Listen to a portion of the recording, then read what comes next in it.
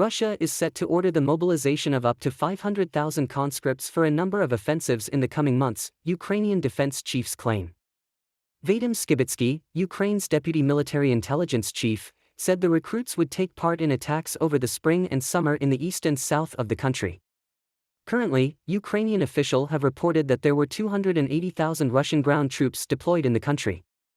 Mr. Skibitsky said the last wave of mobilization will take place on January 15 following the holiday period as Russia tries to overwhelm Ukraine with a large mass of troops. Russia has denied it is preparing a second wave of mobilization, with Vladimir Putin calling it pointless last month. The Kremlin called for a 36-hour truce on Friday in keeping with Russian Orthodox holiday. Ukraine rejected the truce, however, which Volodymyr Zelensky described as cover to at least briefly stop the advance of our guys in Donbass and bring equipment, ammunition, and mobilized men closer to our positions. Ukraine also claimed that Russian troops continued to attack during the ceasefire, with an emergency worker killed by shelling in Kherson and reports of artillery fire in the Donbass city of Kramatorsk. Air raid alerts were issued in multiple Ukrainian cities, but no explosions were reported. In its latest update, however, the Ministry of Defense said that fighting between Russian and Ukrainian forces has continued at a routine level despite the ceasefire. In its daily intelligence update, the MOD said that in the fiercely contested area around Kremenna town in eastern Ukraine's Luhansk province, fighting was focused in heavily forested terrain to the town's west, where combat has devolved to dismounted infantry fighting, often at short range. The MOD said, fighting has continued at a routine level into the Orthodox Christmas period. One of the most fiercely contested sectors continues to be around the town of Kremenna, in Luhansk Oblast. Ukraine's president praised the United States for including tank-killing armored vehicles in its latest multi-billion-dollar package of military aid, saying they are exactly what is needed for Ukrainian troops locked in combat against Russian forces, even as both sides celebrated Orthodox Christmas on Saturday. The White House announcement Friday of $3.75 billion in weapons and other aid for Ukraine and its European backers came as Moscow said its troops are observing a short Orthodox Christmas ceasefire. Ukrainian officials denounced the unilateral 36-hour pause as a ploy and said it appeared to have been ignored by some of Moscow's forces pressing ahead with the nearly 11-month invasion. Ukrainian officials reported Russian shelling attacks in the Dnipropetrovsk and Zaporizhia regions on Saturday. Russia's defense ministry insisted Saturday that its forces along the 1,100-kilometer, 684-mile, front line were observing the Kremlin-ordered truce, but returned fire when attacked. The latest package of U.S. military assistance was the biggest to date for Ukraine. For the first time, it included 50 Bradley armored vehicles and 500 of the anti-tank missiles they can fire. Germany also announced it would supply around 40 Marder armored personnel carriers, and France promised wheeled AMX-10 RC tank destroyers. In his nightly televised address on Friday, Ukrainian President Volodymyr Zelensky hailed the U.S. aid package as very powerful. Celebrated by both Ukrainians and Russians, the Orthodox Christmas holiday also underscored the enmity that Russia's invasion is precipitating between them. In a revered cathedral in Ukraine's capital, Kyiv, the Christmas service Saturday was delivered in the Ukrainian language, instead of Russian, for the first time in decades, highlighting how Ukraine is seeking to jettison Moscow's remaining influences over religious, cultural, and economic life in the country. Ukraine's government on Thursday took over administration of the Kyiv-Pechersk Monastery's Dormition Cathedral from the Ukrainian Orthodox Church, which had been loyal to the Russian Orthodox Church, and allowed the Ukrainian Church to use it for the Christmas service. The monastery complex is a UNESCO World Heritage Site. The cathedral was built about 1,000 years ago, then reconstructed in the 1990s after being ruined in World War II. It's an amazing moment, said Alex Fiziak, among hundreds of worshippers who attended. Previously, this place, on Ukrainian territory, within Kyiv, has been linked to Moscow. Now we feel this is ours, this is Ukrainian. This is part of the Ukrainian nation.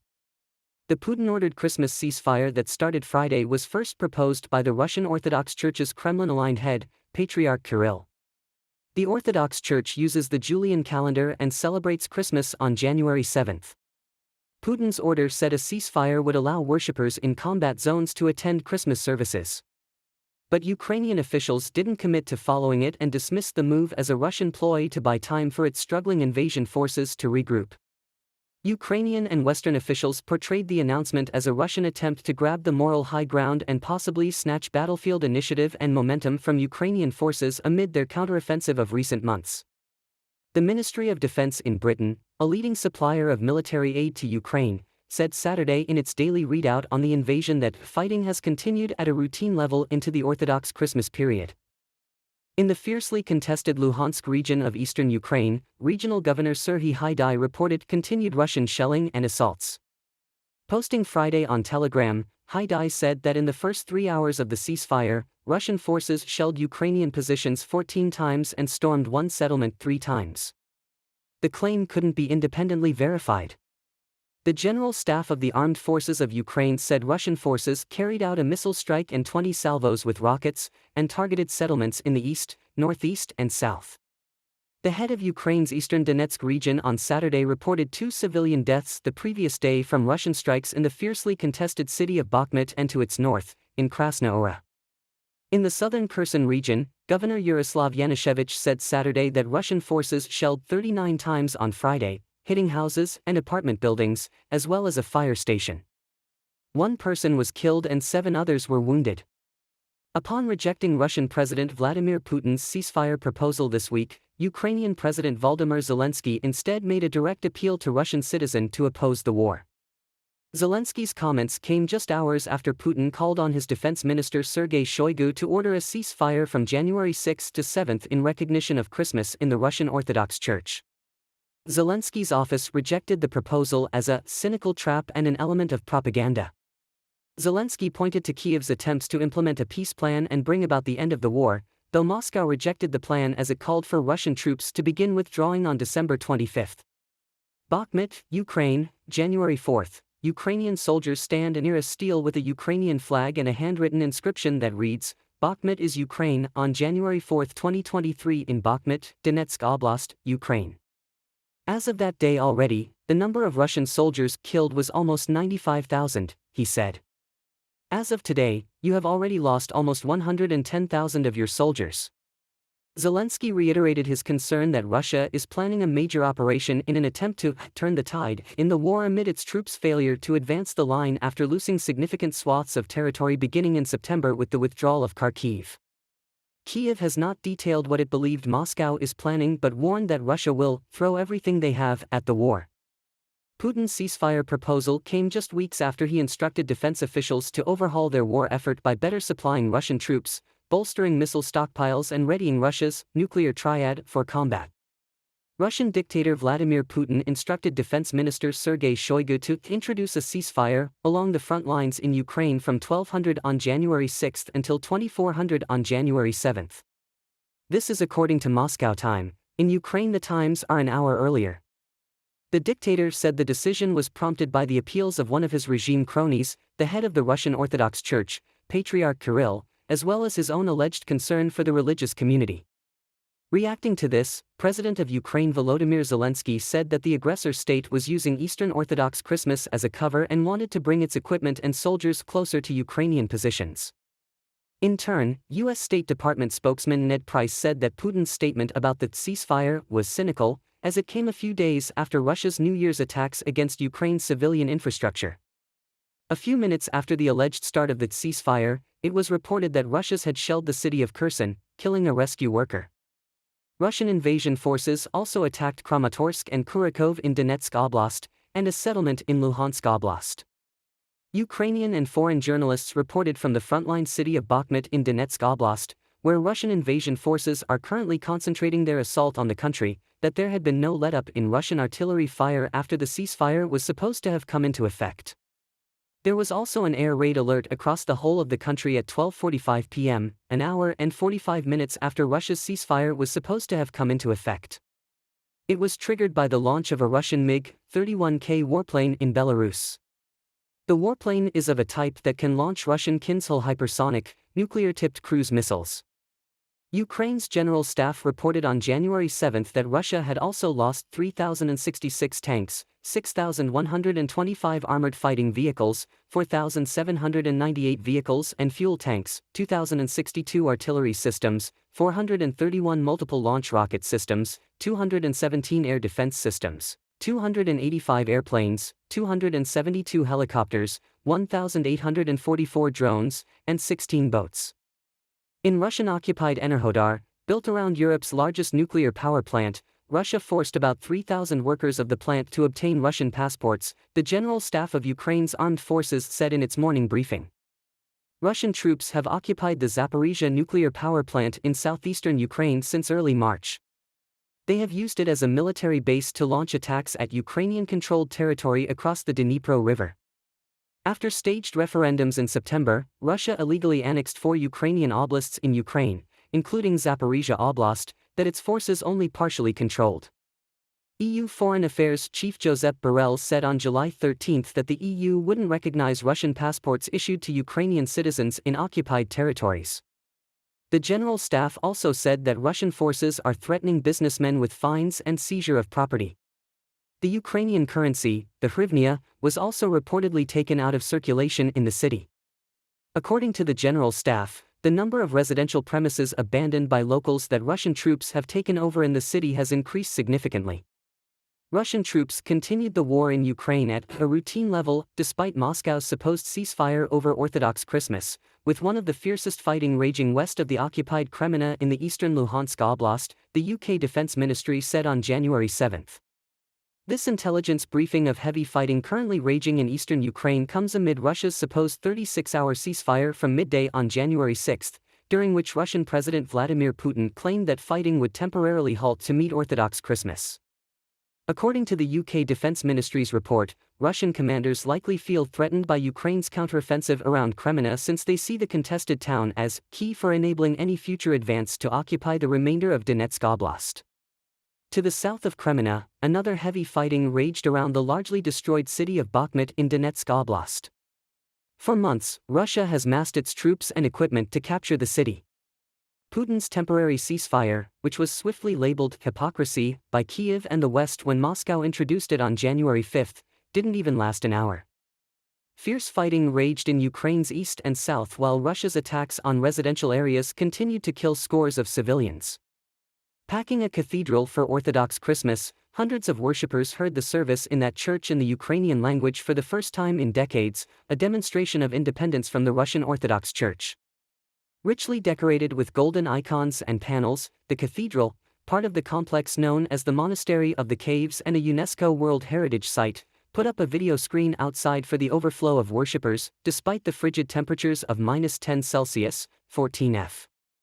Ukraine's government on Thursday took over the administration of the Dormition Cathedral at the Kiev-Pechersk Monastery and allowed the Orthodox Church of Ukraine to use it for the Orthodox Christmas service. The move highlights the long-running tensions between the two churches exacerbated by Russia's war in Ukraine. The cathedral, built about 1,000 years ago then rebuilt in the 1990s after being ruined in World War II, had been under control of the Ukrainian Orthodox Church, which formerly had ties with the Russian Orthodox Church.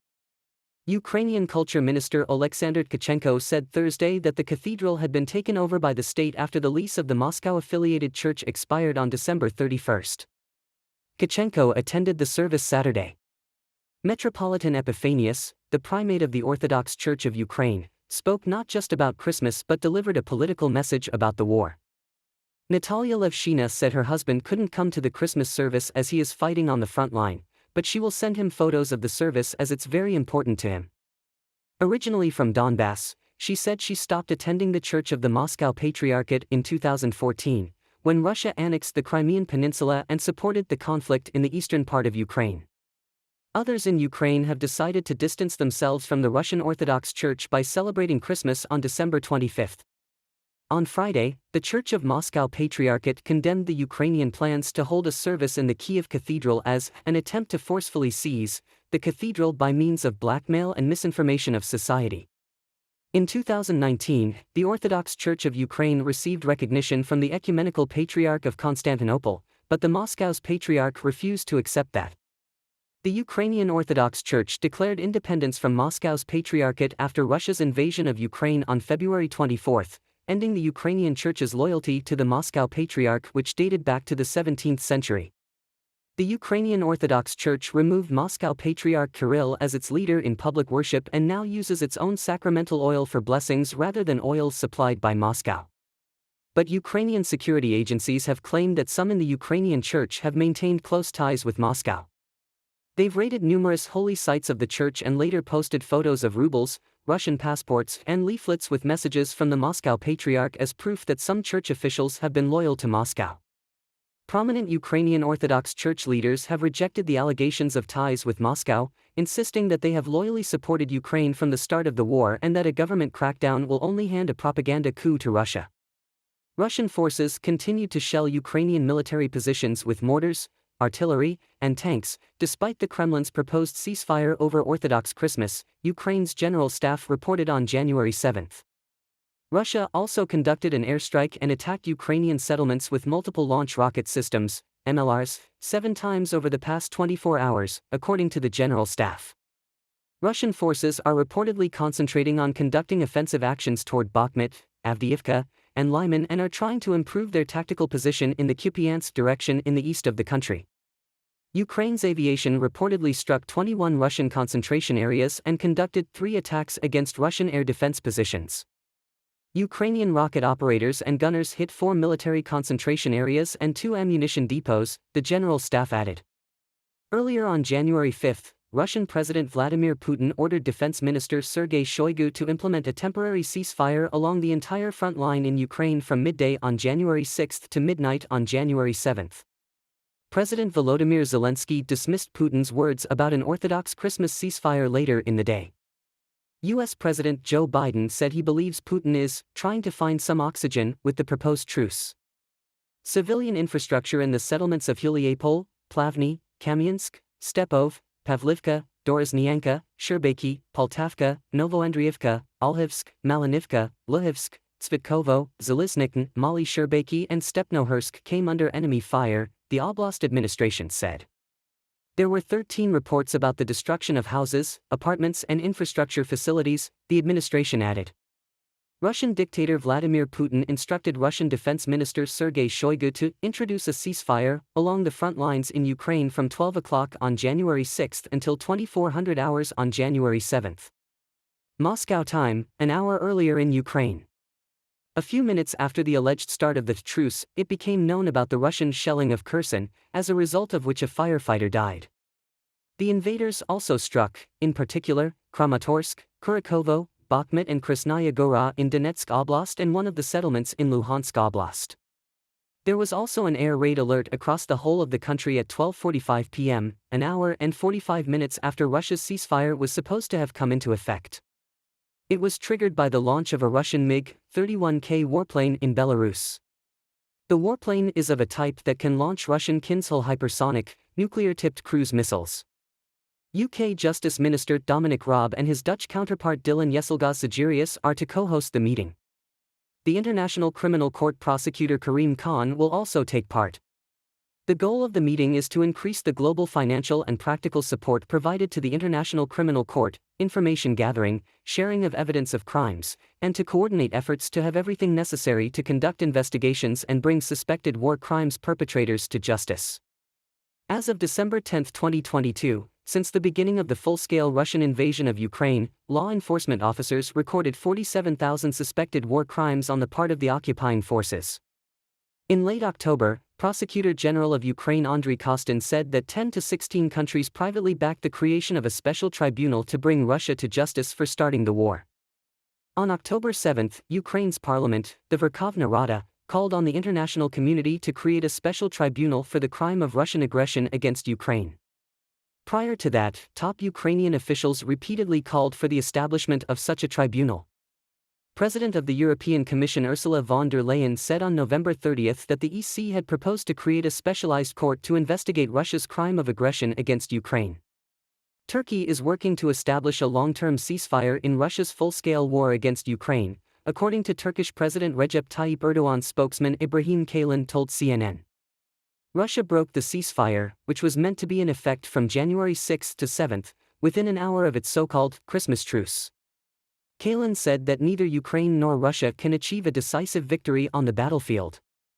As a result, Turkey will continue to work on ensuring an extended ceasefire, especially at the Zaporizhzhia nuclear power plant, which remains a major security threat for everyone. Ukraine's general staff reported on January 7 evening that Russian forces conducted an airstrike and attacked Ukrainian settlements with multiple launch rocket systems, MLRs, 7 times over the past 24 hours. Asked why Turkey called for a unilateral ceasefire, Kalin said that, "It's the Russian bombardment that is making this war continue." Erdogan and Putin have had several conversations about Russia's war in Ukraine, with Turkey collaborating with the United Nations to strike a deal enabling grain exports from Ukrainian ports since August. Both Ukrainian and Western officials, including U.S. President Joe Biden, immediately called out the hypocrisy of the ceasefire announcement, stressing that Russia had conducted attacks across Ukraine at military and civilian infrastructure on December 25 when many Ukrainians celebrate Christmas and New Year's, the ISW said.